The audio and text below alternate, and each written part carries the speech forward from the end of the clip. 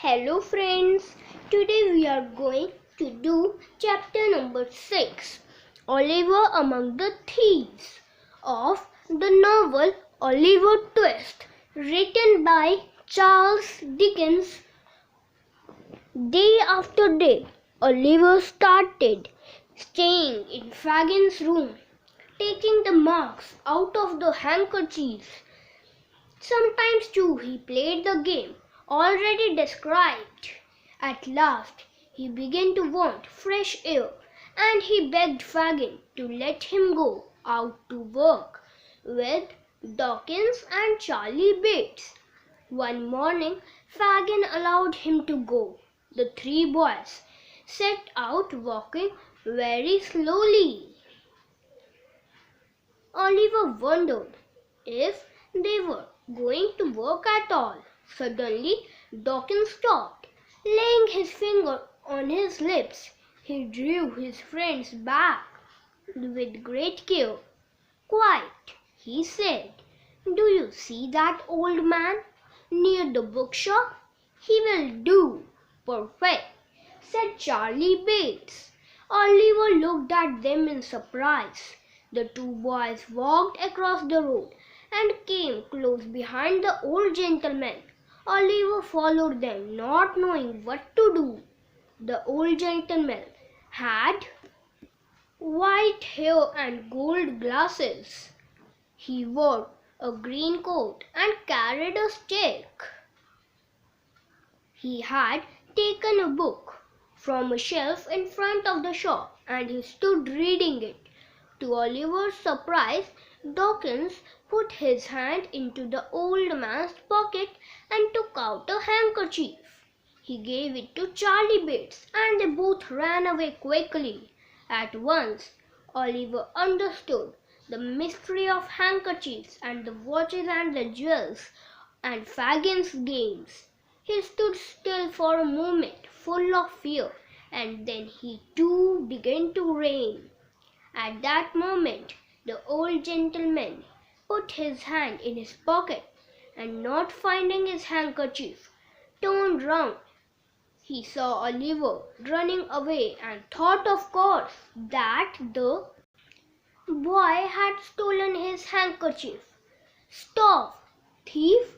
he shouted and ran after Oliver. Everybody in the street joined him in the pursuit. "Stop, thief!" they cried. Even Dawkins and Charlie Bates, when they heard the cry, began to shout, "Stop, thief!" and run after Oliver too. At last someone hit Oliver and he fell to the ground, covered with dust.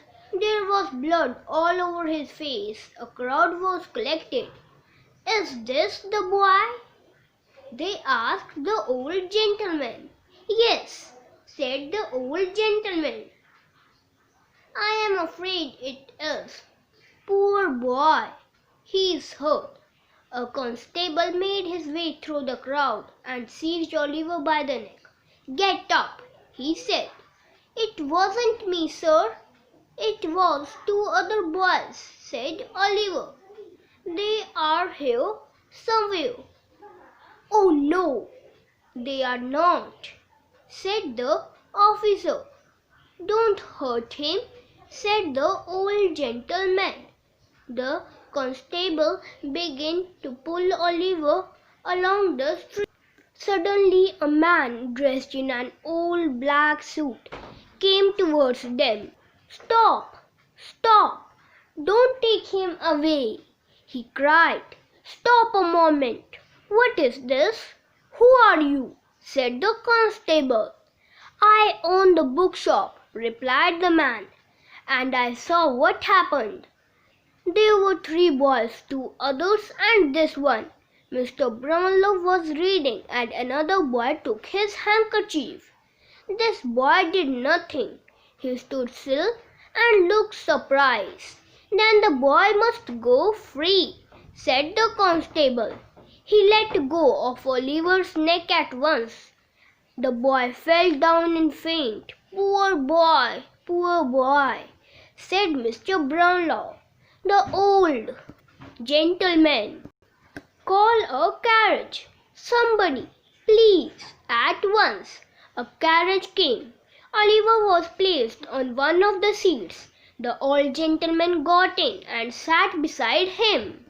They rode away until the carriage stopped in front of a pleasant house in a quiet London street. Oliver was taken into the house and put to bed. When Dawkins and Charlie Bates got to home, Fagin was waiting for them. "Where's Oliver?" he said with an angry look. The young thieves looked at him and then at each other, but they said nothing. "What's happened to that boy?" cried Fagin, seizing Dawkins. "Speak out, or I will kill you." "A constable took him away," answered Dawkins. "Let go of me." He broke free and took a knife from the table. Fagin picked up a cup and threw it at Dawkins' head. It missed him and nearly hit a man who was entering the room at that moment. "Who threw that at me?" said the man in a deep voice. He was a strong fellow of about 35, with dirty clothes and angry eyes. His name was Bill Sykes. A white dog, with its face scratched and torn in 20 different places, followed him into the room. "What are you doing to those boys, Fagin?" said Bill Sykes. "I'm surprised they don't murder you." "Quite, Mr. Sykes," said Fagin. "Don't speak so loud. You seem angry today." "Perhaps I am," said Bill Sykes. "Give me a drink, Fagin." Well, Sykes was drinking. Dawkins told them about Oliver and how he had been caught.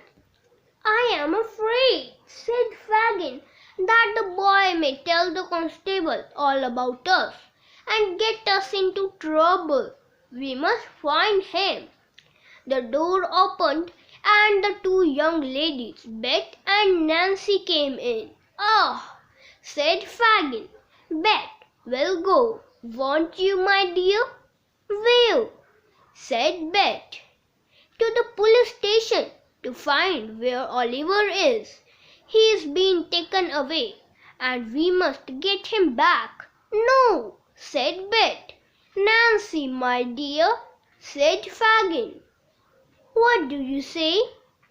"No," said Nancy. "She will go, Fagin," said Sykes. He looked very angry. At last Nancy agreed to go to look for Oliver. She put on clean clothes and carried a little basket. She looked very good and sweet. "Oh, my brother Oliver!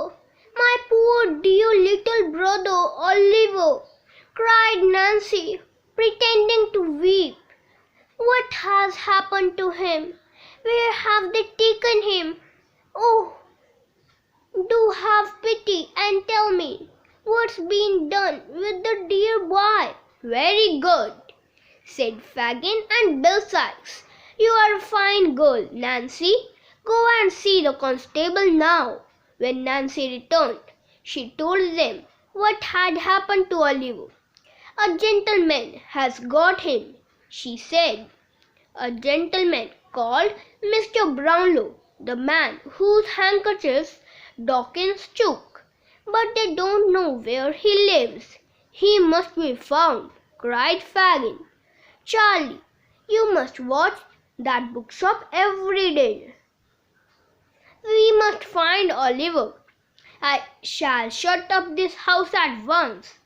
It's no longer safe here. You know where to find me. Don't stop here a minute longer, my dears, and find Oliver. Find him, I say." Thank you, friends.